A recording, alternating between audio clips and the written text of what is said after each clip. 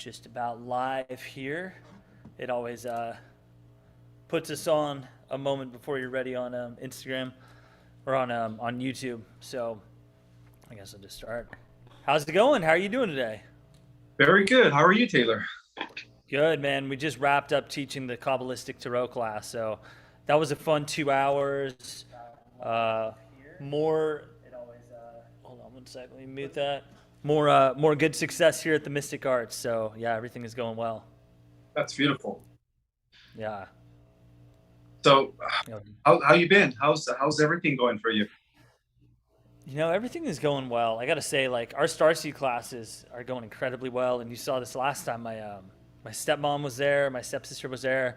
That's pretty fun. Have you ever brought any of your family into anything that you do? Do they follow you at all? Do they care about your life mission in that way? Not at all. Not at They don't all. even have no interest in this stuff. I'm a lone wolf when it comes to this, regarding my family. Yeah. How does that work with? Well, how close are you to your family? I only associate with my brother and sister, not and cousins or uncles. Yeah. Just never really clicked with me, and they've always thought it was weird. And,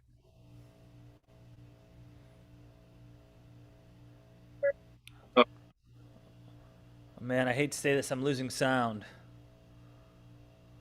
Here, do a test. Can you hear me? yeah, I could hear you. Okay, I got you back, but whatever you just said, I just lost. You're only close with your brother, you said? Yeah, brother and sister. I Brother don't and really. sister. Occasionally, my aunts, one or two of my, well, I mean, I have like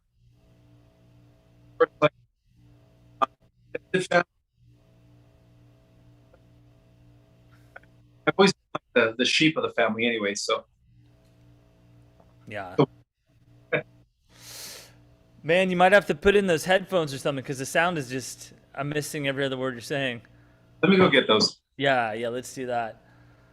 Guys, we got some people watching. Yeah, Ishmael and I are coming on. Just a little bit late. Always technical difficulties, and we got to get the sound back up and going. So thank you for being here. Do another episode of the Mystic Warrior here. And this is going to be interesting because he's talking about his family, and I have not talked to him about this subject before. So I'm curious to hear what his background is in that area. So he said he only talks to his mom or his brother and his sister. So let's see. Some people are joining us now. All right, can you hear me? I sure can. There it is. That's way better. That's way better. Yeah. So Ishmael, like, I think this is actually something people would be very interested in. You're, pretty relatable guy, definitely a leader in the Starseed community. So tell us a little bit more about your family background. So you only talk to your brother and your sister. Your parents or extended family, they're not interested in this Starseed or spiritual journey at all? Well, my parents they're out of the picture. My father left when I was 5. Never really kept in touch with him. Started his own life. Don't really know what's going on with him. Yeah. Kind of just disappeared when I was 5. My mother passed away when I was 16, Oh, which wow. was, a very, very, I guess, depressing point in my life. That's when I started drinking. I became an alcoholic. So throughout my teenage years, till the age of about 20, I had a, drinking issue. I was just a depressed teenager, Yeah. depressed young adult, Me and, too. and that's probably one of the reasons why I started doing a lot of research, and I started reading and just, I had an addiction for booze and I had an addiction for knowledge and information. So I don't know how that worked, but that's what got me started on my journey. But anyway, I cleaned up my act at the age of 20. Yeah, I really don't talk to much of my relatives. I have a huge family. My grandfather and my grandmother had about 10 kids. So I have like 77 cousins. Do I talk to any of them? No. Do I talk to any of my uncles and aunts? No, except maybe one or two here and there. That will call me occasionally just to see how I'm doing, But overall, I've always been the weirdo in the family. I've always been the outcast, the black sheep, whatever you want to call it. Yeah, except my mother. My mother was very spiritual. She was actually, she was a medium. She was a psychic. She had the gifts, and she inherited it biologically through her grandmother, my great grandmother, who was also very medium. very in tune with the spirit, would talk to angels, would connect with the spirit realm, have a sense of clairvoyancy, have the gift of prophecy. My mother did. She would always see things before they happened. So I guess I inherited a lot of her gifts, but my brother and sister, for whatever reason, did it. Yeah. What do they do? What's your brother and sister's life look like? Well, my sister's a single mom. She's raising a child. Unfortunately, his dad was not involved, didn't really care much about raising a kid. And, unfortunately, there's people like that, which is really sad because every child needs a male figure. My brother is married. He's got a 12-year-old son, and he's happily married. Yeah, him and his wife just opened up their own salon. She's in the hair industry, and my brother is in the mortgage industry. He also has his own insurance company where he sells life insurance. He's a broker. So that's what my brother does. But are they into any of the stuff that I talk about? No. They're totally mundane. Yeah. Yeah. Do they even ask you just to like even humor you, or do they not even care at all? Oh yeah, my brother cares. He actually has he has an open mind about things. He doesn't really understand a lot of the stuff that I tried to explain to him, but he's there for me. He roots me on. He follows me on Instagram.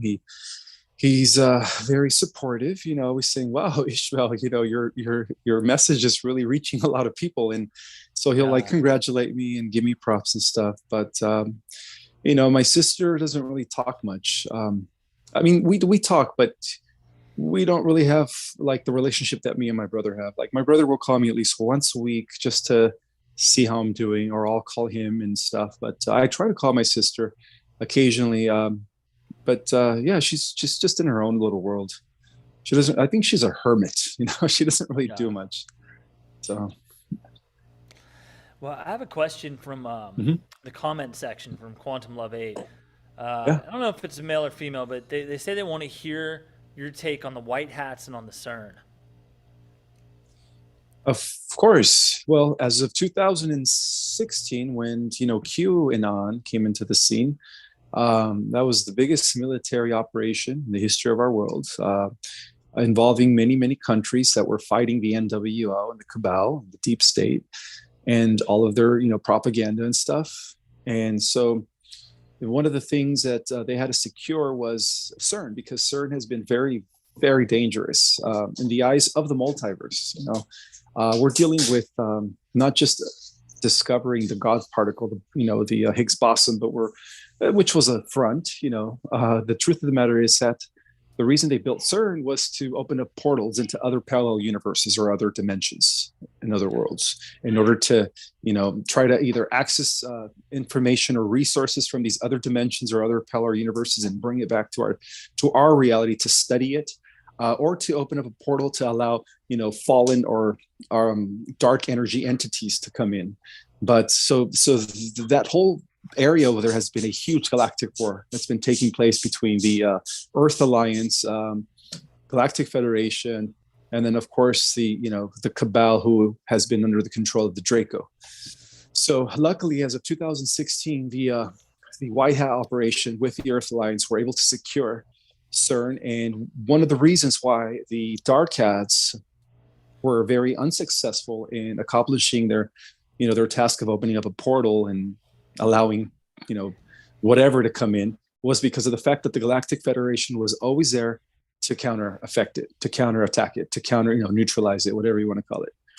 Yeah. So that's one of the reasons why nothing ever happened. Although they did shifted us into different versions of different versions or parallel Earths, which caused what became known as the Mandela effect phenomena. Where history had, for whatever reason, history was being altered because of the fact that exactly. But that also has a lot to do with the temporal war in timelines that has been going on between the forces of good and the forces of evil.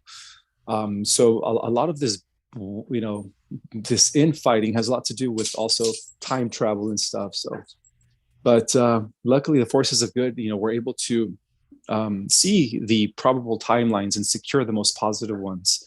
the most positive one, which is the timeline that we are now in. So to answer a question, yes, CERN is not an issue. However, there is an issue brewing right now with the idea that China developed or created their first artificial sun. I don't know if you know about that. I mean, I've seen it on IG, but I don't know the Yeah. details of it. Yeah, that's another concern that has the Galactic Federation, every force out there, that's every benevolent force out there that is just here, trying to figure out how to counteract this new scenario. The scenario has to do with China has an artificial sun and they're using it as a portal. Again, this is something that CERN failed to do. So now China is trying to do the same thing. So from what I understand, they were able to open up about 8 different portals. And so those portals, are associated with those portals is a galactic war that's taking place right now, in other dimensions, of course. But from what I understand is that the highest levels of celestials beyond the Galactic Federation are actually here to secure those gates and to make sure that that it doesn't affect the positive ascending timeline. So that's the great news. We don't really have to worry about what China is doing. In fact, China is going to pay big time for their crimes against humanity. Yeah, they've been totally under the control of the Draco from day one. At least the CCP aspect of China, not the Republic of China. Of course, those are the white hat aspects of China. Right. Yeah, I mean, it's pretty, as far as we understand it here, pretty brutal totalitarianism over there. Also, the social credit system they have is just so alarming. It's just, I don't know. And you can see technology in America moving so rapidly in that direction, especially, as I call it, the Trojan horse of the tech industry. We're inviting this kind of surveillance technology into our lives in every way, shape, and form, failing to realize that this is the key to AI and basically giving them the power to undo us. Absolutely. Yeah. Well, that was part of the agenda, but that agenda has been thwarted, or at least it's not going to take effect in the positive ascending timeline because a split is coming, between the AI timeline and the organic positive ascending timeline. How does that affect you on a day-to-day basis when you're just driving in your car and just dealing with reality? Do you have this sense of feeling that you're divinely protected, or even that you are instrumental in this kind of cosmic revolution? Yeah, I'm very assured, very confident that not only do I have extreme protection from the higher forces, but I'm also very active in the other dimensions, fighting this war. So from a higher perspective, or from a higher version of myself, I'm very secure. I'm very, very happy with my mission. I don't, question anything. I just go about with my day, knowing that the victory of the light has been secured. And to me, that is, priceless. So I go about with my day with extreme confidence and a peace of mind, because I know that, because I know what I'm doing in the higher dimensions. I'm very aware of what I'm doing in the higher dimensions, and I'm not working by myself. I'm working with other cosmic beings as well, who are also here stationed on the earth in human form. But, eventually people will know who they are as well. The whole team is here. Yeah. I used to feel removed from my spirit guides, for example. Like they were somewhere else or they're hard to access. And I feel like with my own divine activation, that almost like a gravitational pull or something, my spirit guides became closer and closer and closer until there was this kind of integration or emerging with myself, with especially my divine masculine spirit guide. And now me and that divine masculine force are living one reality simultaneously, although I am enveloped by this spirit guide almost like an auric field. You know what I mean? Absolutely. And this guide has the potential to expand in, in limitless ways. Whereas I'm flesh and blood. I'm a mortal coil. I'm earthbound, albeit with some supernatural, splashes on top of that. But I feel one now with my spirit guide, whereas I used to feel separation or complete removal from it. You know what you mean?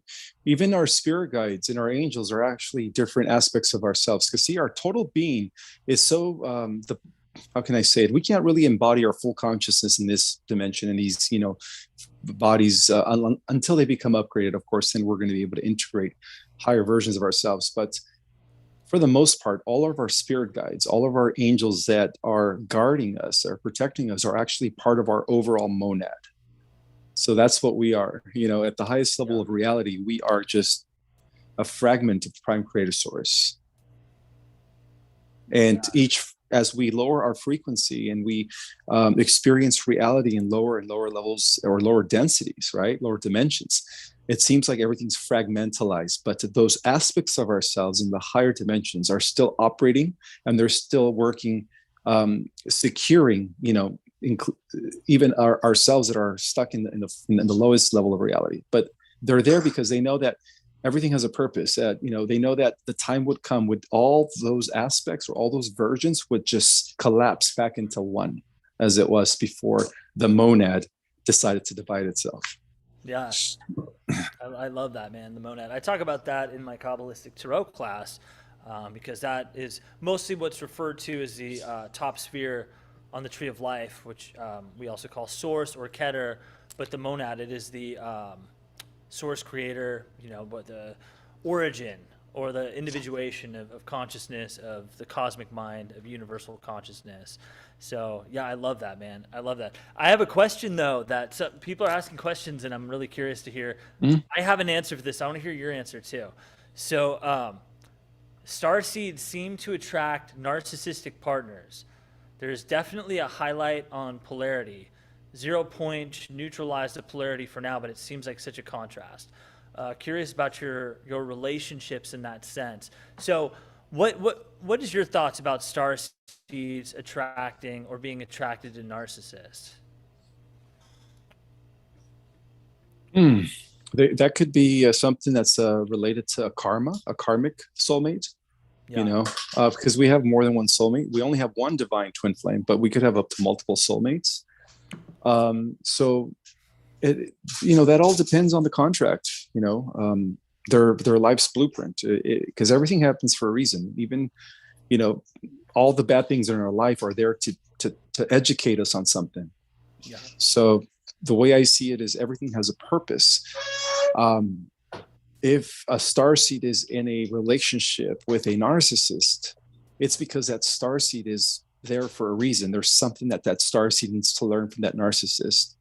But of course, the whole point is to get whatever it is that you have to learn and then take that with you and then move on, because you don't want to be stuck there. You don't want to be miserable for the rest of your life. Yeah. What's your take on that? I always have a problem with the limitations of the concept of empaths and narcissists, because I'm a life coach and I believe in accountability in life, and I don't like victimized mentality, and I don't think that anybody is all good and anyone else is all bad. So I see this a lot, especially on the social media and the spiritual community, that there's this real victimized mentality that I'm a complete empath and I was dating a total narcissist. Well, you have to have some narcissistic tendencies to be attracted to someone like that, because an empath wouldn't even vibe with someone like that. You know what I mean? You'd be on such a different frequency. You can be empathic and date someone who is more narcissistic, but I don't think it's that polarized where, you're all good and they're all bad. All relationships have dynamics, and both people need to take accountability for the problems in the relationship. I believe all relationships warrant self-reflection. And if you don't have the ability to self-reflect and you just hide behind the label of being an empath, that sounds more like a narcissist to me, because there's always room to grow and learn no matter where you're at. That's a better explanation. Yeah, I'm not really, when it comes to relationships, I don't really have much knowledge of that. Oh, yeah? Yeah, I don't know. It's like, I just have a hard time believing that one person was, the saint in the relationship and the other was the complete sinner or the devil. It's like, it's just, life is never that complex, or it's never that simple. I mean, it's never that simple. So I don't know. I think it's just a really easy way to get sympathy out of people. But once again, that's back to a narcissistic trait. If you need to be the one who is eliciting sympathy or needing to feel that you're always right. So I guess I would caution everyone in the spiritual community to be careful about continually labeling yourself as the empath and the other person as a narcissist. So that's my 2 cents on it. I don't, I don't conform to anything. There's a lot of things in the spiritual community I have very different opinions on, and I don't mind speaking my mind about it. Cool. Yeah. Yeah. So anyway, people are asking about twin flames though. So Sarah and I just started a twin flame class that we're going to launch. It's right now on our mysticarts.org webpage, so feel free to sign up for that. What are your thoughts on twin flames and the whole starseed lore, the whole starseed mission?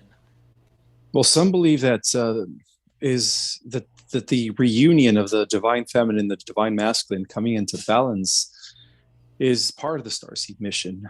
Others believe that they are going to come into union upon the ascension. Well, I believe it's both. I believe that, twin flames are coming into union before the ascension and upon the ascension. I think that after the ascension, all twin flames are going to be merged, in union again, because those are the ones that are going to go off and become creator gods of new universes, as we are always, in need of new overseers of the universes. So I think that the twin flame concept has a lot to do with the fact that upon the ascension, we are going to go off and become overseers of other universes, and each universe needs to have that perfect dynamic balance between a omnipotent Lord and an omnipotent queen coming into balance, overseeing their own universe. So I think that's what's going to be happening. And that's what Michael and Michelle is, as I reveal in my book. Every universe has an omni king and an omni queen. So the omni kings and the omni queens of these new universes to come are already here, and they are the starseeds, and they just need to come into union so that they could be rulers of their own creations. Yeah, I feel that. I absolutely feel that. And for me, one of the aspects of the twin flame mythos that I've really dived into in my own occult teachings is what I call the Supernal Triangle. Well, I didn't name that, but it's part of what I believe in. And the Supernal Triangle is the upper sphere in the Kabbalistic tree of life that is comprised of the monad, the source, and then sphere number 2, which is Hokmah, as the fire trucks go by. Sphere number 2 is Hokmah, and sphere number 3 is Binah, and those represent divine masculine, divine feminine energy coming from source creator, which forms a trinity, which is the supernal triangle, which to me is the building blocks or the kind of electromagnetic force of the universe. And even electromagnetism is in itself a polarity, with electricity being the masculine energy and the magnetic energy being the receptive female energy. Agree. Yeah, that's so true. So we see it everywhere. It's everywhere. So I'm still looking at the questions. How do you address the people saying you're lying or are talking about you negatively? Ask with respect. Oh my God. This is an interesting question, actually. I think what she's trying to ask is like, for all the people, for all the fans you have, and let's face it, you have a lot of fans. You're you are a figurehead and icon of this starseed community. You are also going to have a world of haters. I know I do. I know that, it's just comes to the territory. What are your thoughts on that? What are your thoughts on the people you don't know saying things like, don't listen to Ismael, he's demonic. You know what I mean? Or whatever they say. They say Ismael, Taylor does black magic. They're all demonic. They are the Dracos infiltrating and, all this nonsense. What are your comments on that? Well, I've gotten that I was a cyborg from the future. I've gotten that I was some sort of that I was being promoted by the cabal because I all of a sudden made an appearance on like tons of channels, and I just came out of nowhere. So people are trying to figure out why I just came out of nowhere and all of a sudden I'm everywhere.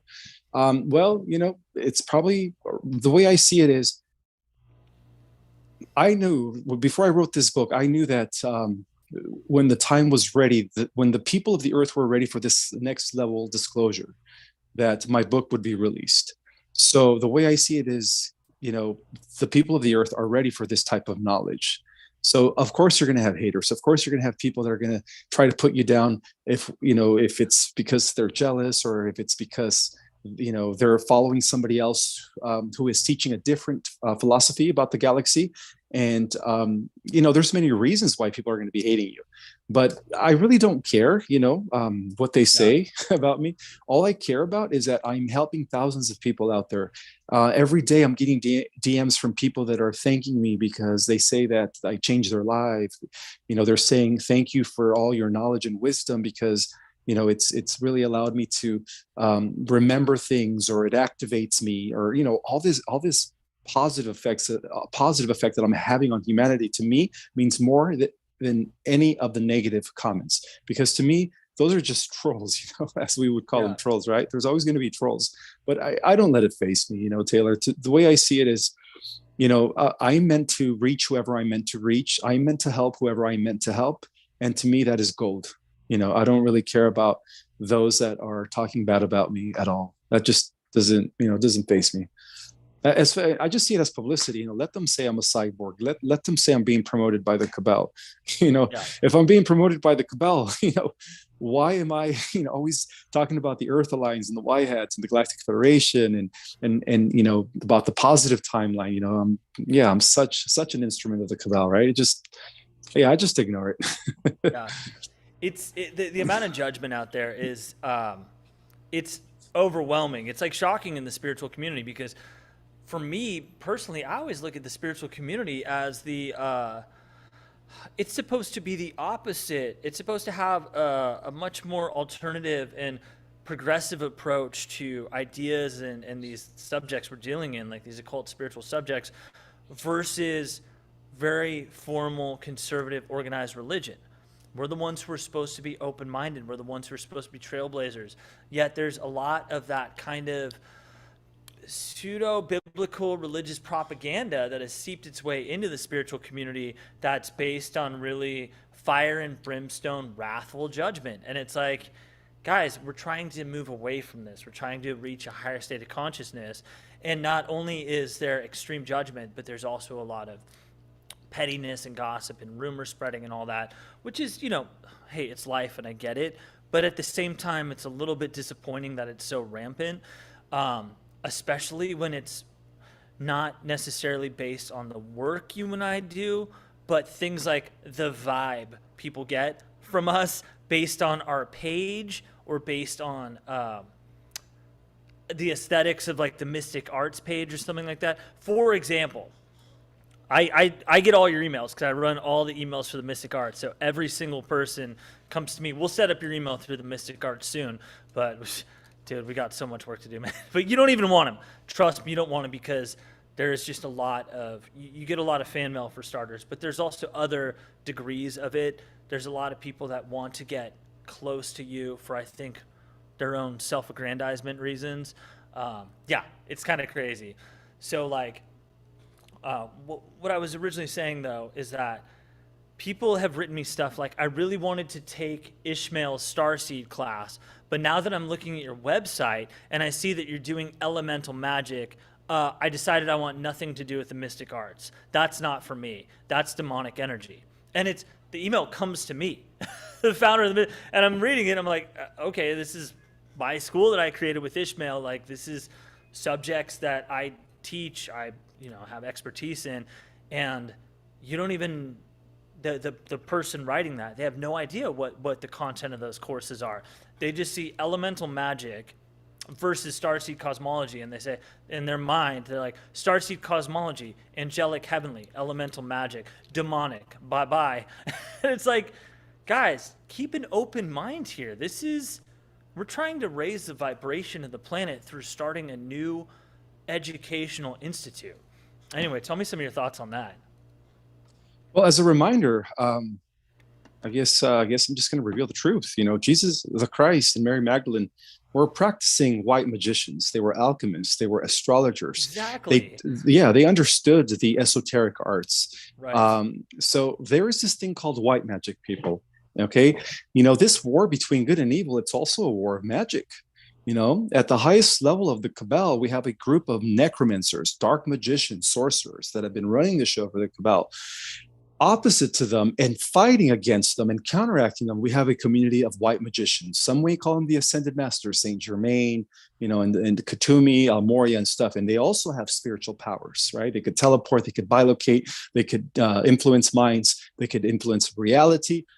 I mean, all this stuff is real, people. Everything you see in the movie Lord of the Rings, it's all real. So we're going to have black magic and we're going to have white magic. The truth of the matter is that the brotherhood that has been associated with the forces of light at the highest level of their structure is they involved white magic, which has a lot to do with the healing of the planet and also counteracting the dark magic. Right. So there are figures like Gandalf. Okay, let's look at Gandalf, for instance, this character in Lord of the Rings. He's a magician. Yeah. He does magic. He's got the staff and the wand. He turns butterflies into eagles and vice versa. But yet he's one of the guardians of Middle Earth. You have to start seeing things that way. If you want to take a look at the original ancient mystery schools, like the Druids and the ancient Celts, Absolutely. They were all about elemental magic. And there's nothing wrong with that, because what that is you're working with the elements, the devas, the telluric kingdom, which are also living entities, and they're all around us. The consciousness of a crystal, the consciousness of a stone. It is learning how to interact and how to work with them on a very deep, intimate level. That is beautiful, because, as long as you're using it for good, for protection, for healing, for positive things, then you're actually doing something good for all life. So magic is like technology. You could either use it for good or you could either use it for evil. So the magic that Taylor is teaching you is how to access the good magic, the magic that allows you to heal, the magic that allows you to manifest things faster, right? The law of attraction. Well, Absolutely. It's much deeper than just the law of attraction. It's understanding the hermetic principles, as above, so below, duality, polarity, the law of vibration, the law of frequency, and how it all really works. Everything is energy. So, again, Jesus Christ was a practicing magician. In the Bible, when he turned water into wine, that was him doing alchemy. That was him doing magic. When he turned the loaf of bread into multiple loaves to feed, thousands, that was, again, him being an alchemist. So throughout history, white magic has been associated with the forces of light, and that's what they've been using to fight the dark magic. Yeah. I completely agree with you. And all magic comes down to primarily three things: focus, will, and intention. And as long as I talk about this in my classes with intention, as long as your conscience is clear and your heart is pure, then you have free reign to manifest what it is that you want in your life, as long as you're not hurting anybody, you're not taking anyone's things, or you're not trying to control anyone. My own Wiccan read is very similar to libertarian philosophy of absolute freedom. You can have an incredible life through the power of magic and alchemy, as long as you're not infringing upon anyone else. You know what I mean? As long as it's for the betterment of your soul, the evolution of your spirit, your consciousness, trying to ascend into a higher place, trying to live a more quality life. All of these things are free reign for, kind of elemental mastery. So keep an open mind, everyone out there. Sometimes I feel like the Starseed community, I love what you do. I love our classes, but there's definitely this, there's fear around it. There's a fear that I feel like you, even more so than me, are in a position to address, to tell these people, our people, to tell our people, be open to new ideas. Don't be afraid of, different subjects, Kabbalistic tarot, elemental magic, different types of astrology and all that. There's so much to learn in these occult fields that are only going to enhance your experience in life. and have you just understand your place in the universe. Indeed, I agree. And just to throw out there, at the highest level of the white hat community, we do have white wizards, by the way, people that are very skilled in the arts of literally manipulating energy to the point where it's magic to the average person. Manipulating matter as we know it, time, people, but they do it for good. Now again, they've been battling these dark forces on their own level of I guess of power. So if you have dark forces that are dealing with black magic, then you obviously have the opposite of that, and the ones that are good are always neutralizing the dark ones. The ones that are good are always using their energy to focus on a positive timeline for all of humanity. There are actually I want to call them not yogis, ascetics, that all they do is sit around and meditate all day in the Himalayas or in deep forests, and all they're doing is just, oh, by the way, these people are beyond their mind over matter. They just live off of like a bowl of rice a week and they're good. I guess you call them breatharians, right? But these people are literally, all they do is focus their intention on the positive ascension of the earth and the healing of the earth. And that's, they're contributing a lot to humanity, and they're doing it from behind the scenes, and they don't even come out. They're not part of society. They're just working from behind the scenes. Yeah. I love that. And it's interesting because you and I both, what brought us together is we identify strongly with two different archetypes, which I believe the title of the show implies, the mystic warrior. We are both part wizard, part warrior. Like, that is our calling on this planet. I identify with Aragorn as much as I do Gandalf. Mad Mardigan as much as Finn Rizal, whatever I love Han Solo as much as I love Obi-Wan Kenobi. Like, I feel both of those archetypes strong in me. So, as well as occult spirituality, like, you and I both also know that physicality is a very important side of life too. Fitness, diet, martial arts, meditation, very physical. It's very taxing on the body. So, tell me a little bit about your thoughts on more so the warrior side of what you're doing as a Starseed ambassador. The warrior aspect of me is doing a lot of, I guess, spiritual warfare in other dimensions. I work with others who I know physically, also through, social media. And what we do is, we're doing a lot of, I guess, elimination of darkness, protection of different stargates, neutralizing a lot of negative energies that are coming towards the earth. So, a big part of me is actually also working in other dimensions, because I'm already multidimensional. A part of me, well, you guys only see the physical aspect of me here in third dimension, but that's just a small portion. Different parts of me are still active in other dimensions, and I have full memory of that. So that's the warrior aspect in me. And also, throughout all my incarnations, I've either been a wizard like Gandalf, warrior, or king. So I guess I relate to all of that, just like you do. Yeah. And when you talk about this interdimensional warfare, is this a conscious thing for you? And by conscious, I even mean consciously meditating, or do you feel like when you're in your car driving to work, when you're just, grabbing a sandwich at lunch, this is just all happening on a different astral level, in a different dimension, without you even needing to affect it or concentrate on it, or try to kind of astrally project yourself there?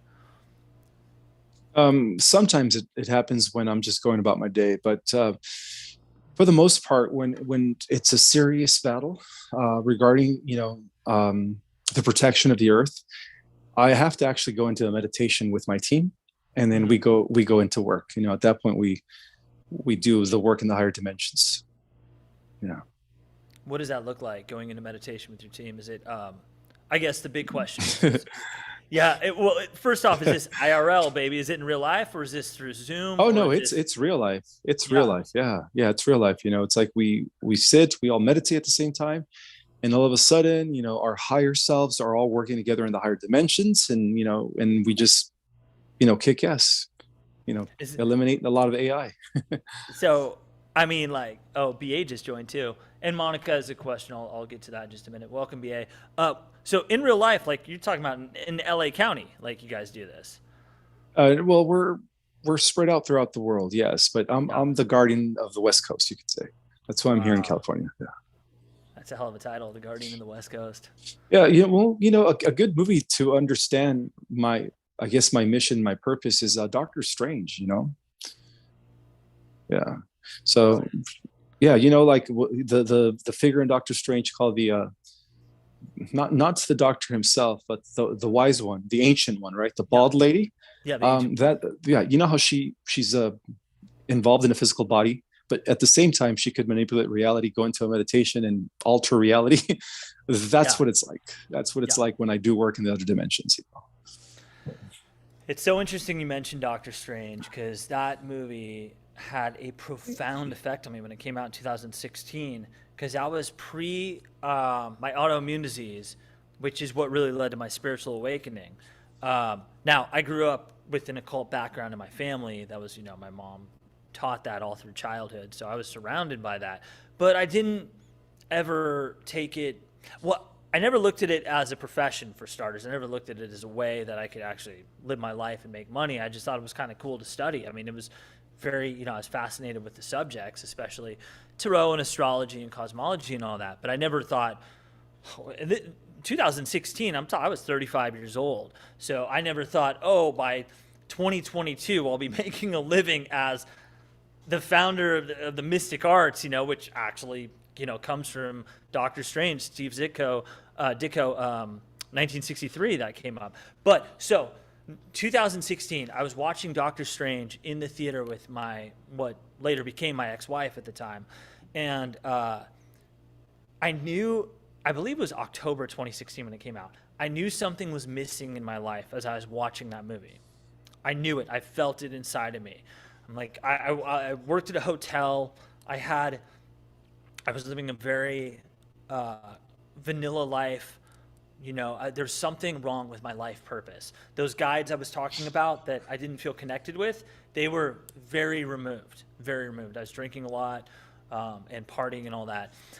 And I watched that movie and just, the Sanctum Sanctorum and how he's the defender of the multiple dimensions, the multiverse, essentially, trying to save the Earth realm from the dark dimension of Dormammu and all that. And I'm like, this, it's so ridiculous, almost like being a 7-8-year-old kid. I'm like, that's what I want to do. I want to do that. I want to defend the Earth realm from the dark dimensions. And I'm like sitting there with, my ex at the time. He's like, I didn't even tell her. I couldn't even talk about it on the drive home, but I knew that was like my life's calling. And I had no idea where to begin, because it was so, through the mundane consciousness, I'm like, this is so fucking ridiculous that I want to transfer my life into this kind of a reality, or surreality, whatever you want to call it, that I don't even know how to explain it, Ismael, but I know to you I don't have to. I know you know that feeling, but that was a moment for me, an awakening moment that began, I think, right there in the theater. Nice. So in a way, it just triggered you. It just realigned you with your real inner calling. Yeah, it did. Because my bigger background in the occult, outside of it being like a family business, was actually I would read a lot of books on occult spirituality for screenwriting. I wrote supernatural stories that involved a lot of things that would later become part of my life and my teachings and all that. But I always need a way into a subject. So I would study things like magic, or tarot, or energy healing, for the purpose of a storytelling. And the main character in the movie, or the antagonist, would be dealing, in the whatever kind of sorcery or mystic arts that fit the character. But I never saw it as a way that I could actually live my life. And now it's the only way I'm living my life. So it's fascinating. It's just fascinating that these early kind of Easter eggs or clues in my life are trying to push me into a direction that it took this process of almost dying to finally see, and to have that finally materialize. sometimes that needs to happen Yeah. in order to, wake up to your mission. Yeah. Do we have any questions? Yeah. So one was, let's see. Okay, you were told just Ishmael, keep being yourself and stand in your own authenticity. There'll be some people that totally love his message and not be upset, and those that don't resonate. Actually, before you even comment on that, which I'm curious to hear your thoughts about, this is an interesting point to me too, because one of the reasons why I also have a problem with, the blanket statement of empath and narcissist is we also have to realize in life that, like this person just said, there's some people that are going to resonate with you and some that are not. I am a wonderful, fantastic human being to some people, and just by the principles of polarity, I am not to other people, and there's nothing I can do about that. Like, I know someone specifically out there that feels a strong rivalry with me and feels like I am his shadow version in the spiritual community, and guess what? I feel the same way about him, and it's fine, and it's cool. I wish him love and light, all the best, but there's nothing I can do about that. Like, him and I just don't vibe like you and I do. And there's people I've dated in the past who are like, oh, Taylor's a wonderful, caring, loving person. There's also people I've dated in the past who's like, Taylor's a piece of shit. It's just natural. We're all human, guys. We make mistakes. We grow. We learn. We're never going to come across as angelic to every single person out there. We're angelic to some, we're demons to others. We heal some, we hurt others. It's just the way it is. Life is messy, and we're learning and growing. And the moment we're no longer learning or growing, we might as well just die, because then we've ceased to need to be here to learn anything else. Yeah, and it's always important to just stay true to yourself. Never try to act like somebody you're not just to please others. Like somebody said, they just said, Ishmael, stay authentic. And yes, that's, totally me. I'm never going to change for anyone. I'm going to stick to my prophecies. I'm going to stick to my information because I know my information is valid. And, even if I have people that disagree with it, that's fine with me. I'm not here for those people. I'm here for those that are willing, that are open to this information, So, yeah. I guess my message to those people that disagree, and look, I hate cancel culture. I believe that people have the right to have an intelligent conversation where they fundamentally disagree on everything and they can still respect each other as human beings. Why block someone? Why hate someone just because your political beliefs are different, your religious beliefs are different? I don't hate anybody for their beliefs, as long as, we're not going too extreme here and like homicidal maniacs or anything like that. But people who are have different religious or political views than me, hey, those are people I want to learn from. Yeah, let's have a conversation. Tell me what you think. Maybe I'll learn something. Maybe some of my beliefs will not like change to appease them or anything, but maybe my mind will expand a little bit, because instead of blocking that person, or instead of labeling them as demonic and me as angelic, maybe they have some very interesting points to the life experience has really shaped them in ways that I could never understand. That's what real empathy is. That's the core of it. That's the core of connection and communication, is like hearing each other out, learning, growing, changing, evolving.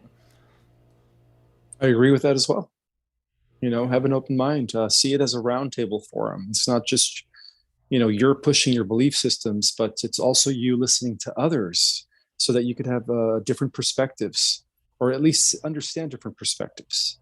And in turn, that'll help you really understand, the human condition overall, and why people are the way they are. Absolutely. Yeah, I mean, we can close it off at 7:00, one more minute, but yeah, I would just like to leave, I'm just looking at some questions here. It's more comments. I think people are just resonating with what we're saying. Someone does want to know about negative blood types and what their purpose is. Do you want to talk about that, and then we can close it out? Sure. Rh negative blood type, those are about 12 or 13% of the population, which means that those people do not have the rhesus monkey protein. In other words, they don't have the primitive gene. They come from a pure, undiluted strain that you could actually trace all the way back to the immortals of ancient times.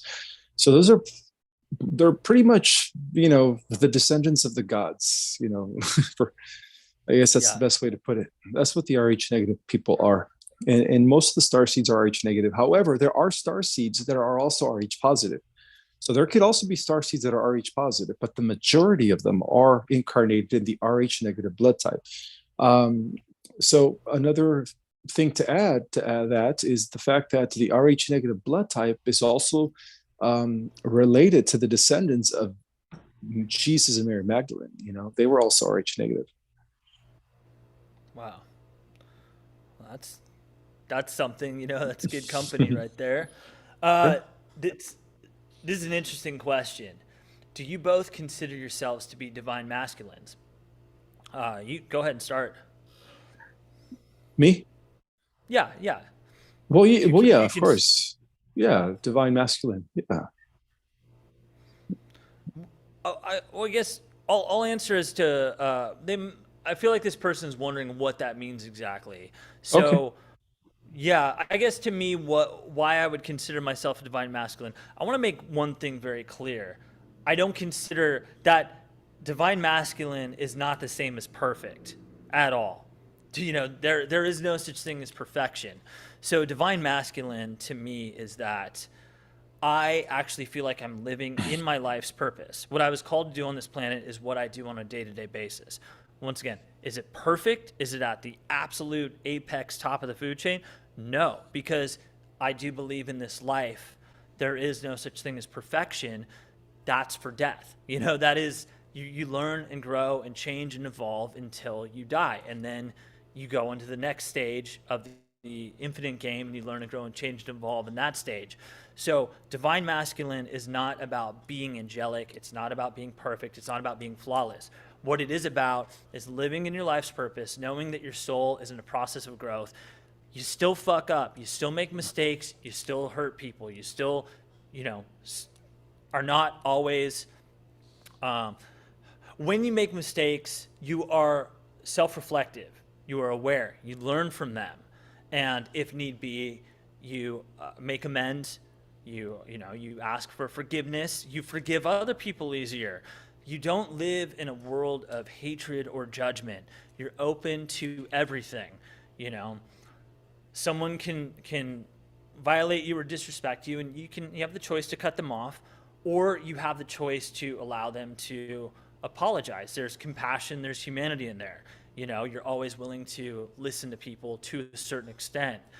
That to me is all qualities of divine masculine. Wounded masculine, and I'll let you answer that one, but wounded masculine is controlling. They shut people out. They are narcissists. They're out for their own self-interest and their own gain. They have no sense of self-reflection. They're not living in their life's purpose. They're motivated only by singular, lower vibrational motivations, like just money, which Ismael and we love money too, but it has to be money that serves a greater purpose. But I'll let you take over a little bit because I want to hear your thoughts on divine masculine versus wounded masculine. Well, I don't necessarily love money.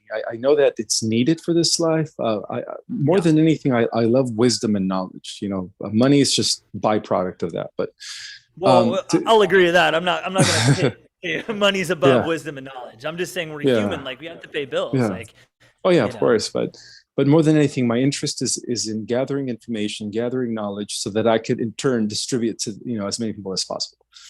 But I agree with you on every point. In terms of like the divine masculine as opposed to the wounded masculine, and again, it goes back to the galactic categories, the two categories that distinguish the two different species out there, right? Those that are serving the light are in service to others, right, which is healed. Masculine and feminine energies, and then those that are serving the darkness are service to self, which is the root of all narcissism, selfishness, ego, and evil, I guess, in that case.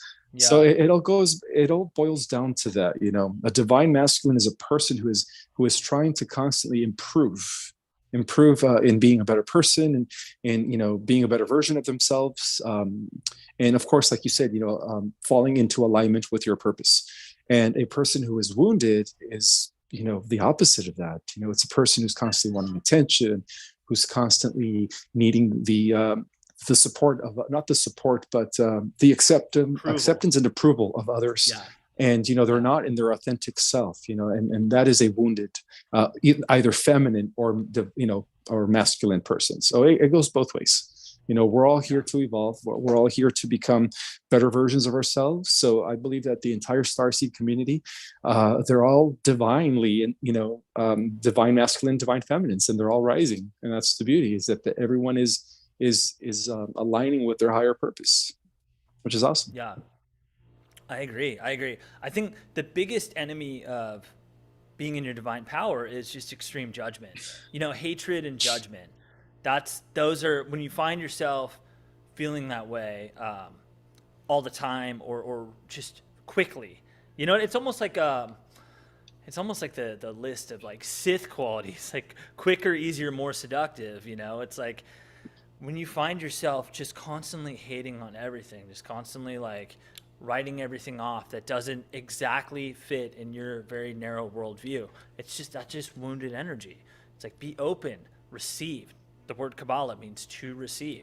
That's what this life is all about. Yeah, draw your line when you need to and know your place in everything, but just go through life with joy, with wide eyes, with almost like this childlike precociousness, or just this wonderment. That's what keeps us young, Wounded energy is those old people that just look like they're just so full of hate, like that.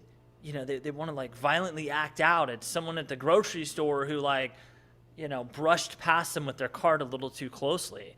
You know what I mean? And like, I live in a world where, if I like brush shoulders with somebody, I'm happy to apologize. I don't, I'm a pretty strong dude. Like, I do martial arts a lot. Doesn't mean I'll ever start fights. You know what I mean? It's like, I go through life very peaceful, but when you cross the line, I'm also a warrior and I'm a protector too. But most people don't ever cross a line. You know what I mean? Because I'm just in my power, and I think people feel it and they recognize it, and I feel generally respected, kind of just by the world at large. That's the way to do it. Yeah. That's the motto of the Jedi, right? And the martial artist, you use your talents and your abilities to defend and to protect, not to go out there and start wars or start fights. That's part of the warrior principle. Or the warrior, I would like to call it the warrior oath, Mm-hmm. Yeah, the creed. It's all about, the creed. As protectors and guardians. There you go. Yeah. Okay, someone's asking about Mentaka. So we'll close it out there, because I know there's a lot about Mentaka that you probably won't want to get into entirely, but they've asked a number of times, can you please answer the question? And I can't find the question anymore, but I think they just wanted to know generally what Mentaka is, and probably its relation to Orion. Mentaka is a planet that exists in the upper region of Orion. Very beautiful world, about 3 times the size of the Earth, and it was mostly water. A lot of the inhabitants in that planet were both able to live on land and on water. So they were, a very advanced civilization. And unfortunately, they were destroyed during the Orion Wars. And a lot of those people that died in that war had incarnated here on the Earth. So a good portion of the Starseed nations are from Mentaka. Yeah. Because of that, yeah. It's beautiful realm. And I was going to say, if you guys want to know more about the different planets and star races, we were thinking the same thought. Yep. Exactly. If you haven't taken my Starseed Cosmology course, I would, recommend taking it. I'm full all the way till October, I think, right? We're booked till October. Oh, what? We have 3 openings for this Monday on July 11th. Just cancellations, crazy stuff happening. Okay. Yeah, there's there 3 you openings. Go. So guys, if you want to take the Starseed course starting July 11th, please sign up. I will DM right now. As soon as the podcast ends, I will throw that class back on our website, because it's been off the website because it was full before. But I'll put it back on the website, and we still have 3 more openings there. Okay, I didn't know that. Well, that's good to know. Yeah, it just happened yesterday. So Cool. And I guess final thing is Sarah and I do also have a new Twin Flame class, a 1-day class up on the Mystic Arts too. So check that out also. So Starseed Cosmology and the new Twin Flame class. And we're going to talk about a lot of the things that, we're talking about here today. Divine Masculine, Divine Feminine energy, star seeds and their mission, and how to be in union with your Twin Flame. So Ishmael, you want to close this out? Any final thoughts? Not at this point. Just, be at peace, and may the God source be with you all. All right. Awesome. As we do it. Yeah, exactly. Divine Masculine, Divine Feminine. And then we bow. There you go. There we go. Okay, Ishmael, I will talk